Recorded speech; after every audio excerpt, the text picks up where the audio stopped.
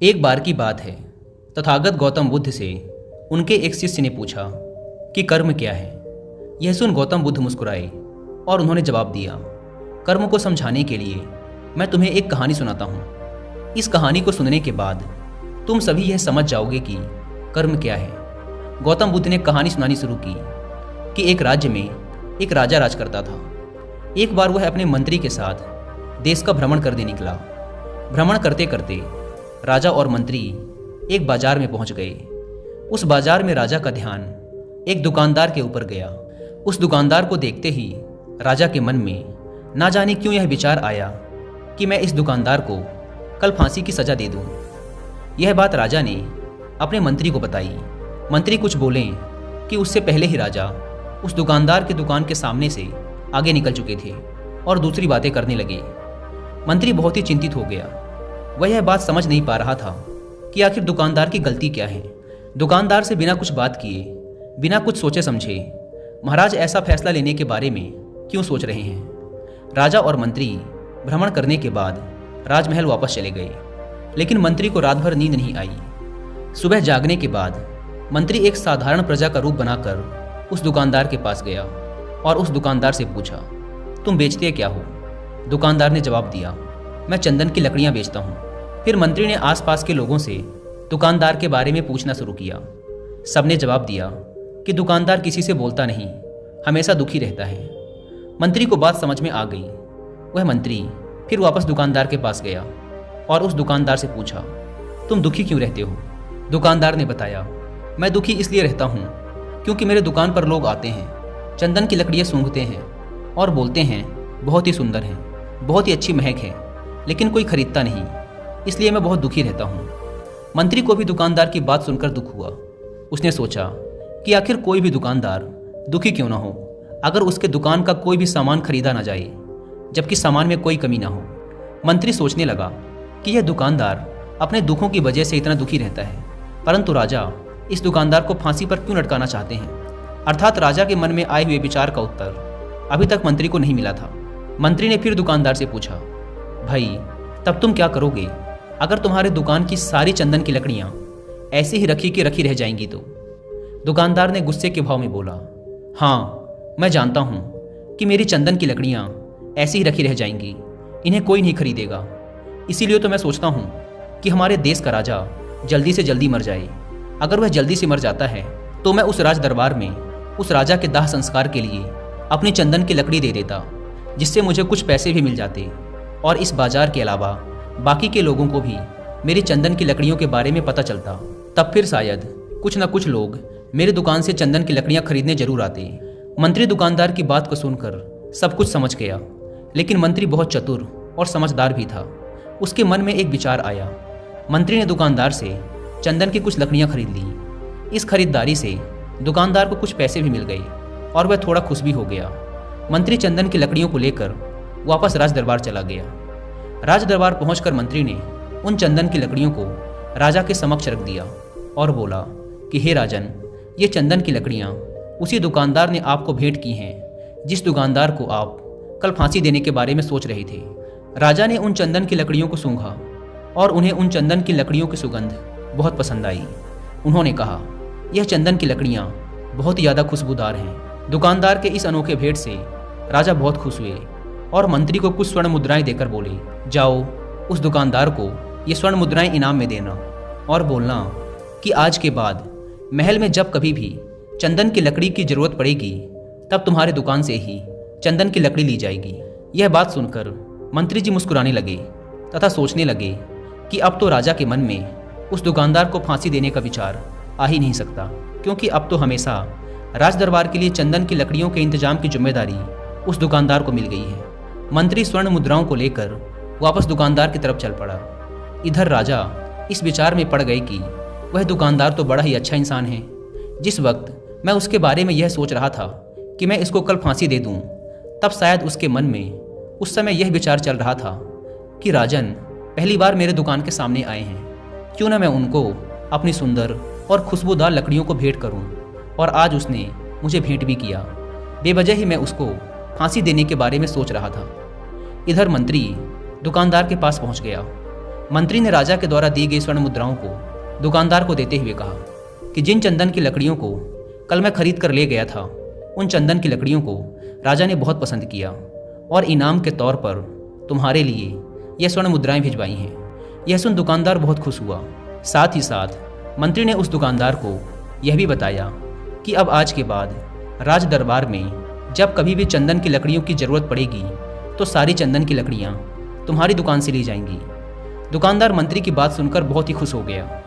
मंत्री ने दुकानदार से पूछा, क्यों भाई, तुम तो राजा के बारे में इतना बुरा भला सोचते थे, लेकिन देखो राजा तुम्हारी कितनी चिंता करते हैं, राजा कितने अच्छे हैं, राजा अपनी प्रजा के बारे में कभी भी गलत नहीं सोचते। दुकानदार मंत्री की बात से सहमत हो गया और बहुत दुखी होकर राजा के प्रति अपने बुरे विचार पर पश्चाताप करने लगा। दुकानदार मंत्री से बोला, मैं कितना गलत सोचता था राजा के बारे में, राजा तो बड़े ही अच्छे हैं, बड़े ही भले राजा हैं, भगवान करे कि राजा की बहुत ही लंबी आयु हो। यह बात सुनकर मंत्री भी बहुत खुश हुआ। फिर मंत्री वहाँ से वापस राज दरबार को चला गया और यहीं पर तथागत गौतम बुद्ध ने इस कहानी को समाप्त करते हुए अपने शिष्यों से पूछा कि अब आप ही लोग बताओ कि कर्म क्या है।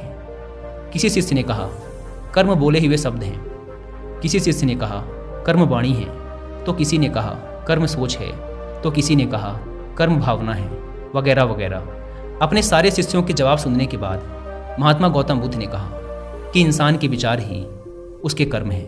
हमारे विचार जैसे रहेंगे हम वैसे ही कर्म करेंगे और उन्हीं विचारों के द्वारा किए हुए कर्म हमारे सुख और दुख के लिए उत्तरदायी होते हैं। अर्थात अगर हमारे विचार ही गलत हैं तो हमारे द्वारा किए हुए कर्म भी गलत ही होंगे और उनका परिणाम भी गलत ही निकलेगा, जिसके परिणाम स्वरूप हम दुखी रहेंगे। अगर हमारे विचार सही रहेंगे तो हम सही कर्म करेंगे, सही कर्म करेंगे तो फिर सही फल मिलेगा, जिससे हमारे जीवन में सुख आता है। दोस्तों, अगर आप कर्म के बारे में और डिटेल से जानना चाहते हैं तो आप सबको सद्गुरु जग्गी वासुदेव के द्वारा लिखी एक किताब जरूर पढ़नी चाहिए, जिसका नाम है कर्मा बाय सद्गुरु। इस किताब में सद्गुरु ने कर्म और उसका हमारे जीवन पर पड़ने वाले प्रभावों के बारे में तो विस्तार से समझाया ही है, साथ ही उन्होंने कर्म के बारे में सालों से चले आ रहे कुछ गलत भ्रमों को भी तोड़ा है। यह किताब आपको कर्म के बारे में एक बिल्कुल ही नया नजरिया प्रदान करेगी। इसीलिए आप सबको एक बार इस किताब को जरूर पढ़ना चाहिए। और अगर आपके पास इस पूरी किताब को पढ़ने का टाइम नहीं है तो आप हिंदी में इस किताब की समरी भी सुन सकते हैं कुकू FM ऐप पर। कुकू FM के बारे में तो आप सब जानते हैं कि यह इंडिया का one of the best audio book platform है, जहां पर आप मात्र एक बुक से भी कम की कीमत पे करके पूरे एक साल तक हजारों बुक्स को ऑडियो फॉर्मेट में सुन सकते हैं, वो भी अपनी मनपसंद लैंग्वेज में। नॉर्मली इस प्लेटफॉर्म के एक साल का सब्सक्रिप्शन पड़ता है 399 रुपीज़ का, लेकिन अगर आप यूज़ करते हैं कूपन कोड WI50 तो पहले 250 लोगों को मिलेगा 50% का डिस्काउंट और सिर्फ 199 रुपीज़ में पूरे एक साल तक हजारों ऑडियो बुक्स और सैकड़ों कोर्सेज का एक्सेस। अगर आप इस ऐप को डाउनलोड करना चाहते हैं तो ऐप की link description and first comment पर मिल जाएगी। दोस्तों, अब हम कर्म को थोड़ा आसान भाषा में समझने की कोशिश करते हैं। कर्म का अर्थ है कार्य।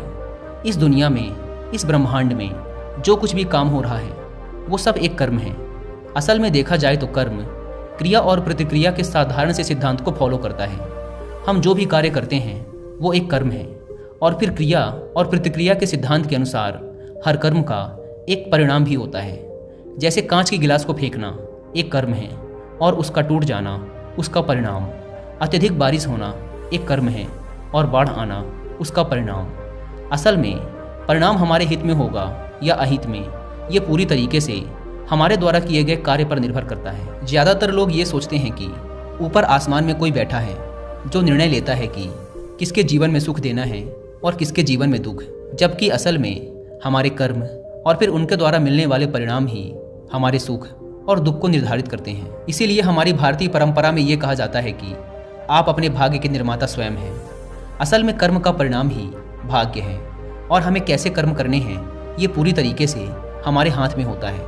तो जब कोई अच्छा कर्म करता चला जाता है तो उसका भाग्य भी अच्छा होता चला जाता है। जैसे अगर दो बच्चे हैं और उसमें से एक बच्चा बचपन से ही नई चीज़ों को सीखने और जानने का प्रयास करता रहता है, वो हमेशा ही जो भी करता है उसमें अपना सर्वश्रेष्ठ देने की कोशिश करता है, और जो दूसरा बच्चा है वो ना तो किसी नई चीज़ के बारे में सीखने और जानने का प्रयास करता है और ना ही किसी काम को पूरे मन से करता है। तो समय बीतने के साथ वो पहला वाला बच्चा अपने जीवन में काफ़ी सफल इंसान बन जाता है, जबकि दूसरा बच्चा सालों बाद भी अपने जीवन में संघर्ष कर रहा होता है। अब यहाँ पहले बच्चे को देखकर दूसरा बच्चा बड़े ही आसानी से कह देगा कि उसकी तो किस्मत अच्छी थी, लेकिन नहीं, असल में उसके कर्म अच्छे थे, जिसके परिणाम स्वरूप उसकी किस्मत भी अच्छी होती चली गई। तो अगर हम चाहें तो अपने कर्मों को बदलकर अपना भाग्य बदल सकते हैं। सीधी सी बात है, जैसे ही आप अपने कर्म बदलोगे, आपका भाग्य बदलना शुरू हो जाएगा। और ये दोनों ही परिस्थिति में सही है, अच्छे के लिए भी और बुरे के लिए भी। लेकिन असल में कोई इंसान कैसे कर्म करता है, ये मुख्य रूप से उसके माता पिता, परिवार, समाज और आसपास के माहौल पर भी निर्भर करता है।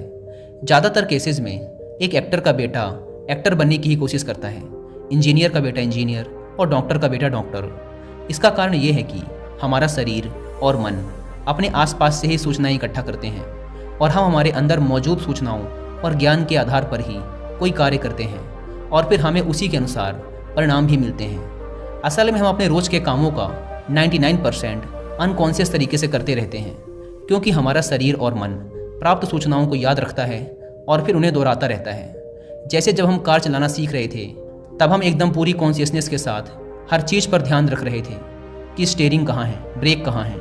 लेकिन कुछ समय बाद हम बात करते हुए या कुछ भी सोचते हुए बड़ी आसानी से कार चला पाते हैं, क्योंकि अब हमारे अंदर कार चलाने की प्रोग्रामिंग हो चुकी है और हम लगभग अपने सारे काम अब इसी तरीके से करते हैं, बिना किसी जागरूकता के। बस वो काम होते चले जाते हैं, क्योंकि हमारे काम बिना किसी जागरूकता के हो रहे हैं। इसीलिए हमें लगता है कि हमें कोई चला रहा है, कोई अदृश्य शक्ति, जबकि असल में हमारे कर्म ही अब हमारी आदत बन चुके हैं। अगर हम अपने ज़्यादातर काम जागरूक होकर करने लगे तो पाएंगे कि हमारा भाग्य हमारे ही हाथ में है, क्योंकि जागरूकता की वजह से हमारे कर्मों पर हमारा पूरा नियंत्रण हो जाता है। जैसा कि ऊपर की कहानी में गौतम बुद्ध ने कहा था कि हमारे विचार ही हमारे कर्म हैं, और जागरूकता की अवस्था में हमारे विचारों पर पूरा नियंत्रण हो जाता है। विचारों के नियंत्रण से हम कर्म में नियंत्रण हासिल कर लेते हैं, और फिर जब हमारे कर्म हमारे हिसाब से होंगे तो उनका परिणाम भी उसी के अनुरूप ही होगा। इसीलिए गौतम बुद्ध ने चित्त के नियंत्रण पर जोर दिया है कि जब किसी इंसान का चित्त ही शुद्ध हो जाएगा तो उसके मन में बुरे विचार ही कैसे आएंगे और फिर वो बुरे कर्म ही कैसे करेगा। इसीलिए गौतम बुद्ध का पूरा ज्ञान चित्त की शुद्धता पर जोर देता है।